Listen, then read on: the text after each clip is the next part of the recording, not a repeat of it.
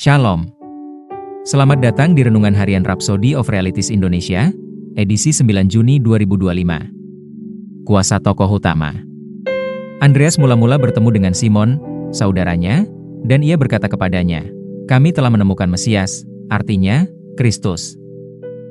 Ia membawanya kepada Yesus, Yohanes 1 ayat 41-42. Dalam upaya memajukan kerajaan Allah, para tokoh utama dibutuhkan, dan kita melihat bahwa ada orang-orang seperti itu dalam Alkitab, khususnya dalam Injil Yohanes. Mereka bukan sekadar pengikut Yesus Kristus yang pasif, tetapi juga pendukung aktif pelayanannya. Tindakan mereka menunjukkan jenis pekerjaan yang istimewa, tokoh utama dalam bentuk yang terbaik.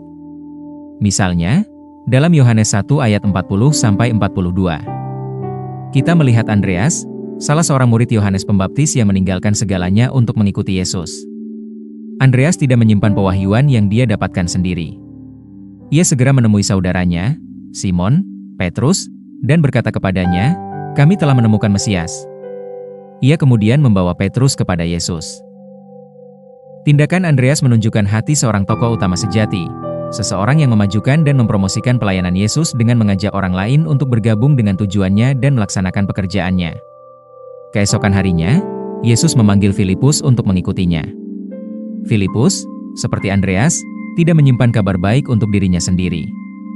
Ia menemui Natanael dan berkata, "Kami telah menemukan Dia, yang disebut oleh Musa dalam kitab Taurat dan oleh para nabi, yaitu Yesus dari Nazaret, anak Yusuf." Natanael, yang awalnya ragu-ragu, bertanya, "Mungkinkah sesuatu yang baik datang dari Nazaret?" Tanggapan Filipus sederhana, tetapi penuh kuasa. Ia berkata kepada Natanael, "Mari dan lihatlah." Yohanes 1 ayat 43-46. Inilah kuasa tokoh utama. Andreas dan Filipus tidak hanya mengikuti Yesus, mereka secara aktif membawa orang lain kepadanya. Mereka menghubungkan sesama orang Yahudi dan orang-orang saleh, yang sudah percaya Tuhan, kepada tujuan Mesias.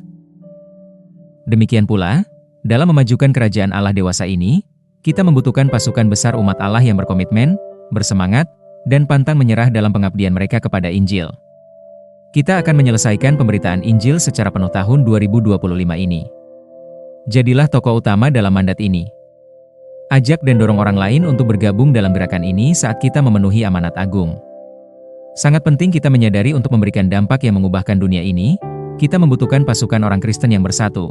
Setiap kita melakukan bagian untuk memperluas kerajaan Allah, terutama menjelang kedatangan Tuhan yang begitu dekat.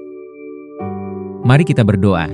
Bapa terkasih, terima kasih telah menjadikan aku tokoh utama dalam memajukan kerajaan-Mu.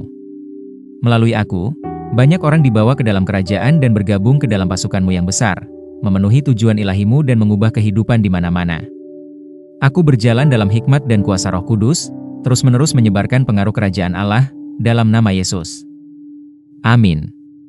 Ayat renungan hari ini terdapat dalam Yohanes 4 ayat 28-30, Kisah Para Rasul 8 ayat 4, Daniel 12 ayat 3, 2 Timotius 2 ayat 2.